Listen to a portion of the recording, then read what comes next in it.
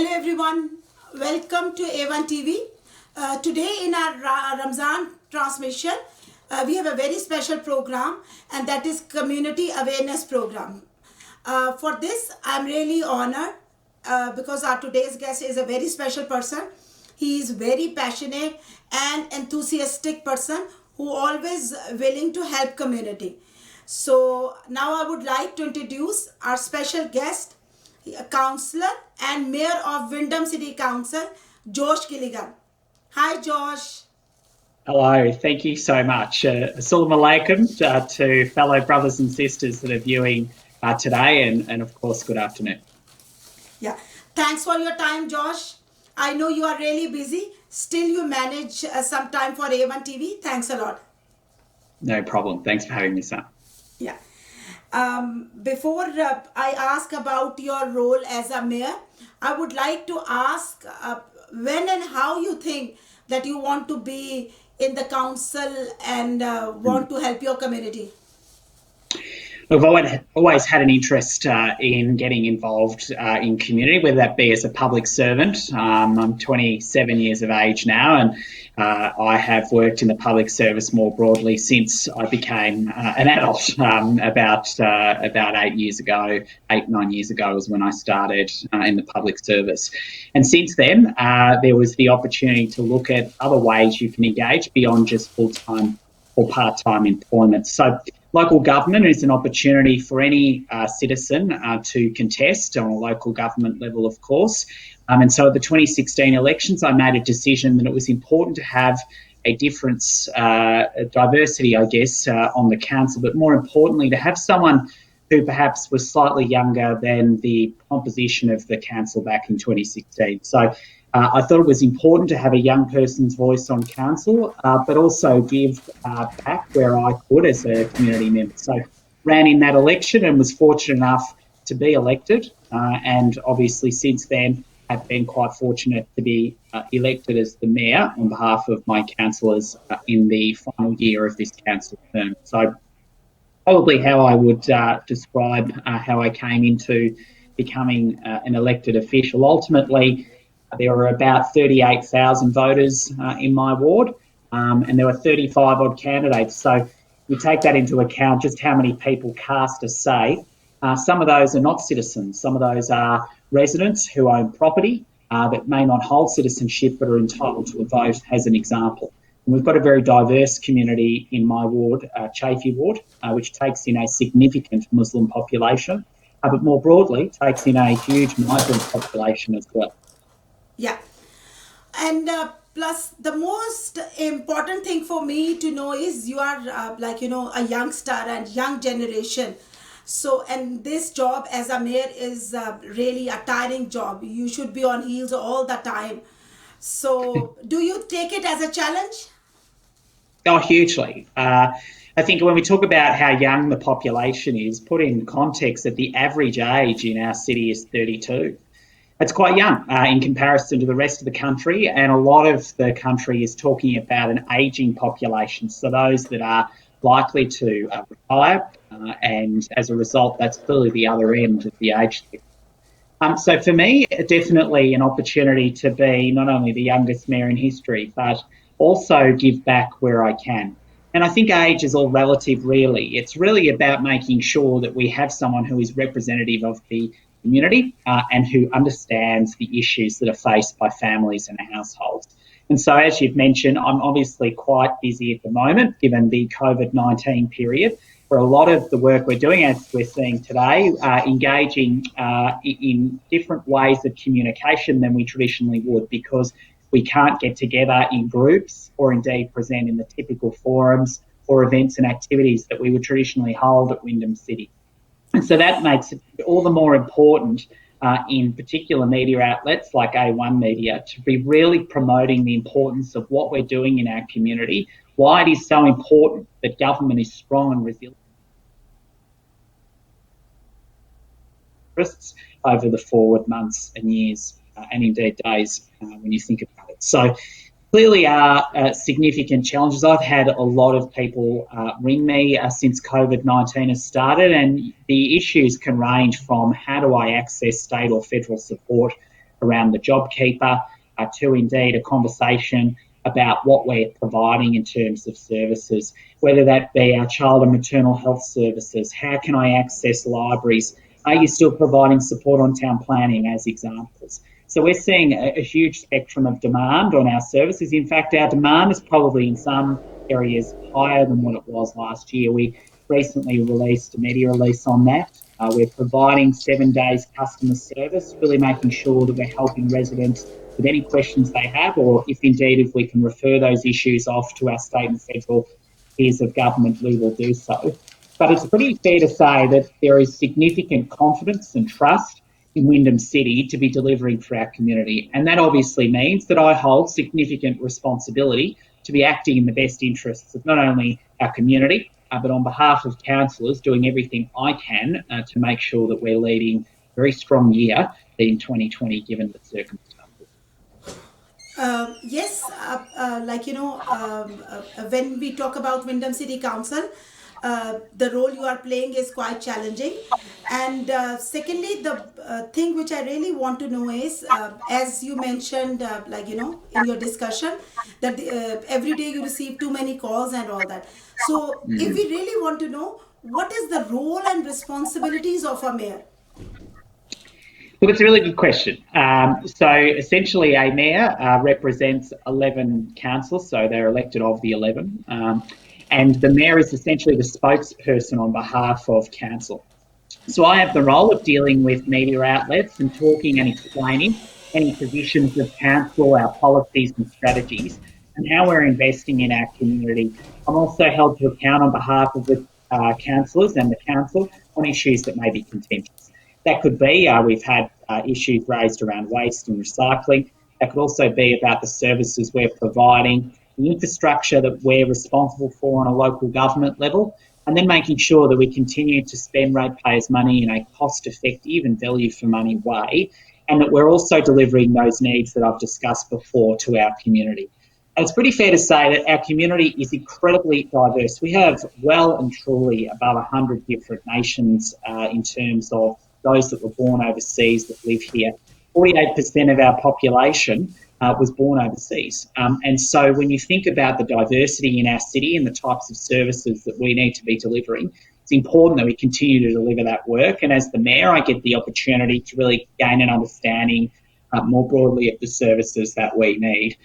And that could be things like how do we engage with those who traditionally might have Arabic or Punjab or Hindu, or Hindi I should say, as primary languages? How do we engage when it comes to different religious backgrounds? How do we make sure that we're getting our key messages across about our community? I think one of the most exciting things that our council has seen recently is the fact that our community survey has delivered the highest rating of trust in our decision making and in our community consultation. I think that says so much about the reputation that Wyndham City has as a strong council that really does act in the best interests of our community. But we've always got more work to do, and it's always about, from our perspective, getting that two-way communication, hearing from those in Tarney, Point Cook, Werribee, all the parts of our city, because each of our suburbs have different issues that we ultimately have to play a role in. We deliver over 150 services as a local council, so that really does put into context just how important a local government is to the day-to-day living, the day-to-day lives of residents in Wyndham. Thank you so much, Josh. You explained really well, and this shows your passion, your enthusiasm, and that's why I think nowadays Wyndham City Council is doing great for the local community. Right. And if we talk about your services as a mayor for local community and plus Wyndham City Council, what things or arrangements you do to promote local businesses? Yeah, so we've recently announced a $5 million Win the Local package, and that's essentially a local economic support packages for the 17,350 small businesses that have less than 19 employees in our city. So an enormous amount of businesses exist in our city. We have one of the highest startup business groupings of, single sole trader employees single sole trader businesses and business enterprises here in the city of Wyndham. So what we've been doing is really looking at a whole spectrum of ways we can support small business. That's began with the important deferral of small business rates. So really looking at how we support the cash flow issues that small businesses have in a local government context. We've also been looking at providing professional support by virtue of professional coaching. And so that support is available, and that information is on our Wyndham City website and has been distributed by our Economic Growth Unit to businesses that are eligible. And we're also providing cash support as well. So upfront cash to make sure that these businesses are given everything that they possibly can to survive and to get through not only to the end of COVID-19, but to also continue that investment. Every dollar that we spend in our community is a dollar that really keeps local people in local jobs. And that's really why it's been so important that we acted quickly. We certainly acted more quickly than most councils other than the City of Melbourne to really look at how we invest in small businesses. And it's, so indicative when you head down Tarneet or indeed in wherever you see so many small businesses operating right across our city, and you think about the mums and dads that ultimately run these businesses and how we can make sure we support them.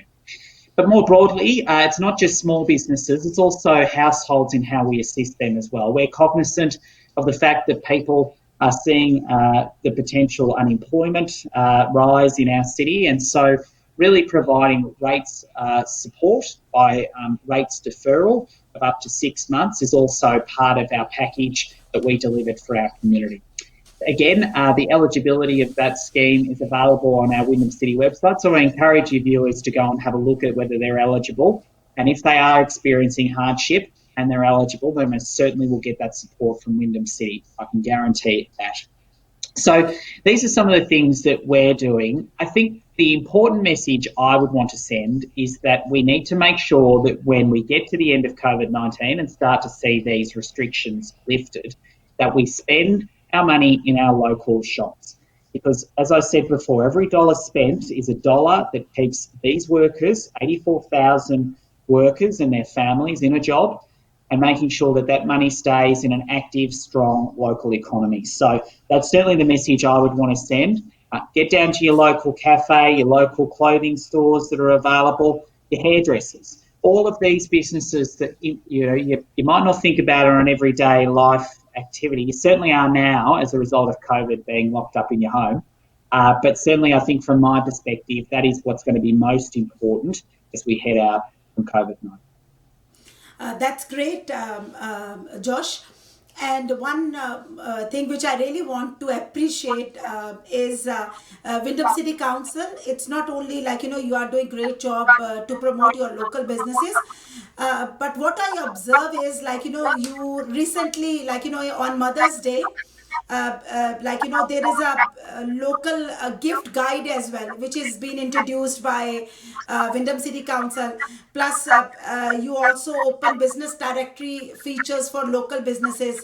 So these are the things like, which make Wyndham City Council prominent and something like, doing different for the local businesses. Can I give you one more example, which I thought was a good one? Yeah. We have what we call Meals on Wheels, and it's a program that we run, one of those 150 services I mentioned before, that targets or supports vulnerable parts of our community, traditionally the elderly. And so what we ended up doing is during the toilet paper shortage crisis that existed in our supermarkets, we met up with a business here in the city of Wyndham who produced local toilet paper that we then distributed as part of our local procurement to those vulnerable residents who were unable to get toilet paper. So what that did was it supported a small business to produce toilet paper. It supported our vulnerable residents in getting toilet paper that was otherwise unavailable in our mainstream supermarkets. And it meant that that money was kept in our local economy. So these are some of the things that we're doing as a council, not well known, but really do show the value set of Wyndham City. We're here for you. We will make sure we spend every dollar that we can in our local economy. and we'll make sure we keep as many people in jobs as best we can on a local government. Yeah, and one more thing which I want to ask is, you are the one I think who raised voice for those Wyndham City Council casual staff members who are not Yes. eligible for job seeker payments. So if you can highlight that issue as well. Yeah, absolutely. Look, this is a massive issue for the hundreds of workers that are out of a job right now. So WLS, the Western Leisure Centres, so they services, sorry. So they include Aquapulse, a very popular aquatic facility and local gym there. That includes Eagle Stadium. That includes the Werribee Outdoor Pool. So very important supports or services we're providing to our community. Those workers are out of a job because they're ineligible for the federal government JobKeeper package. On a state government level, the Victorian government announced support for state casual public sector workers, but did not want to support councils in keeping these people in work. So we have about 300 workers who are out of a job and who are ineligible for JobKeeper. They're not getting any income over the course of the week.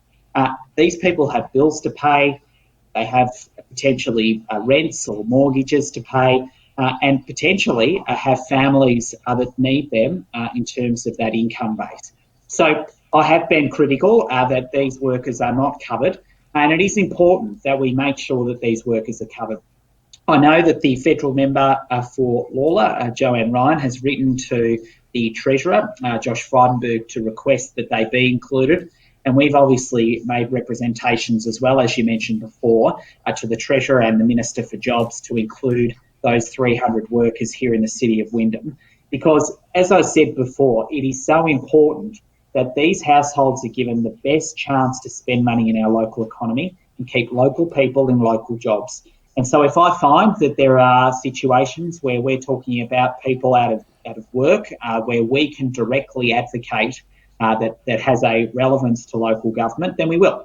And we've sent that message very loudly and strongly to the Victorian and federal governments that it is simply unacceptable that they, which frankly collect 97% of the taxes in this country, have not provided additional support to these workers. So we'll keep fighting for them. We'll keep working with the union, the Australian Services Union, to get these people back into work. These jobs are uncertain because we just don't know how long COVID-19 restrictions will last. Obviously, since then, the Prime Minister's made that announcement. It could look to be by the end of July. We don't really know. And so it is important that in the interim, these people are supported, and that's exactly what. Thanks a lot, Josh. You explained it really well. And I must say that is the issue which need to be highlighted. So thanks a lot that you are looking after your community really well. And even I want to add on one more thing is being an advisory member of Wyndham City Council, I personally know that how much concerned Wyndham City Council is for the community. And in order to bridge the gap between communities, Wyndham City Council are doing so many arrangements. So in return, I just want to know, you as a mayor of Wyndham City Council, you have so many challenges. So apart from these challenges, what sort of response you got from community? Look, I think the community has been very respectful throughout COVID-19. Again, we've been working on shutting down our playgrounds and our parks and open spaces. A really difficult call to have to make, to be honest, because we know that our community love our parks, they love the playgrounds, and even our kinders, as I've mentioned as well. And so how we make sure that when we're making these decisions about services, that we're trying to reduce the impact on our community, and really make sure that they've got the best opportunity to, gain access to services, but also balancing that with the health responsibilities that we have as well. The community is overwhelmingly engaged with these restrictions well. We've seen very few breaches. So the only one I've heard of was one in Wintervale. It was a famously known one where 6 individuals were fined. But beyond that, given we've got a community of over 270,000 residents, but I think that's the only instance that I'm aware of. It really does show that the vast amount of our community have acted in accordance with those health advice and regulations, and also respected council's decisions to put health and the safety of our community first. So I certainly, on behalf of council, do want to thank not only the viewers that I'm sure are going to understand where we're coming from as a council, but more broadly the community, about the resilience that they've shown. I mean, this has been a difficult period, being ultimately locked away in our homes for such a long period of time. And we've adapted well, I think, certainly from my perspective, learning how to use more technology to engage with residents and indeed with council operations has been a good example of how you have some learnings from this difficult period. But I think more broadly our community has come together and it has certainly done well throughout COVID-19. And I have every expectation that we'll come out of this just as strong as we were prior to COVID-19 and continue that strong investment in our local parks and open space. One of the positives I do think is worth mentioning is the uptake clearly in people using our local parks in terms of out there walking and cycling. I've seen an enormous increase as I've been out doing my daily walks in Tarneit, as everybody I'm sure was exercising as part of the 4 exemptions that you get each day. I was certainly surprised at first, but then I guess from my perspective thought the importance of creating a healthy community out of this is one benefit. That is that people are spending the time to exercise and think about how they build that into their daily lives. The challenge will ultimately be when we go back to our work, our full-time work, that we don't lose that behaviour, that we don't lose that regular exercise. And I think that's probably one unique angle I can give you around what I think will be important with the community moving forward. So, look, I think that's probably a broad answer to your question, but I think from my perspective, I think we could not have done a better job. And I think, as the Prime Minister has quite rightly said, we've been able to contain this quicker than developed countries and countries around the world, frankly. I think it was the Premier who said that we are the envy of the world, and I think that is so true.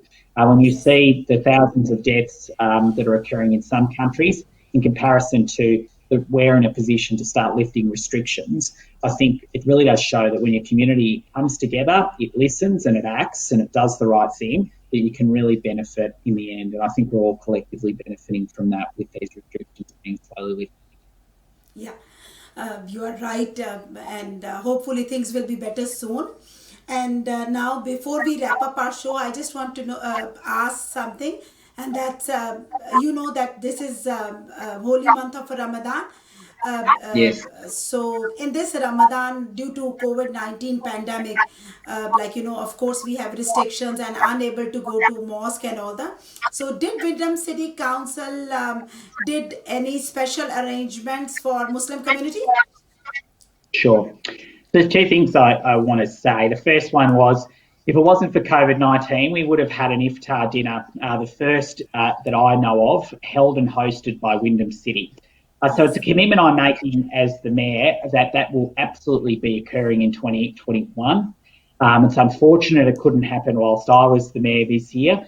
That's the way it is in relation to COVID-19. But the reality is we need to make sure that we're having this annual event in recognition of the importance of the Muslim community in our city. And we know that there are tens of thousands of residents who are of Islamic faith. Now, we need to make sure that we support them in our community, and that's what Wyndham City will commit to, obviously, in the forward years. Unfortunately, couldn't hold it this year.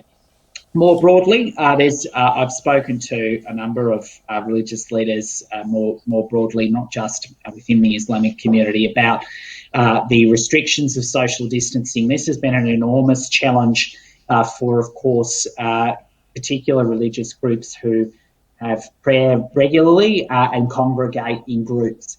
So the reality is these restrictions as of Tuesday night are being lifted to a group of 10 people. This will be important in how we make sure that particularly our mosques try and sequence a maximum of 10 people for prayer within the mosques. And then, of course, in churches and in other religious buildings. This will be an enormous challenge for us over the next 3 to 4 weeks. We're hoping eventually that those restrictions will again lift and we'll see more people being able to practice their faith. But I've also seen some extraordinary changes that are being made. People using video conferencing, imams using video conferencing as a way to communicate with the broader community, I think are good examples of how we're seeing technology being used in a difficult situation. So again, I just want to say that I think people have been incredibly respectful in adhering to their cultural and religious faiths, whilst also respecting our health regulations. I do want to commend the Islamic community for doing that.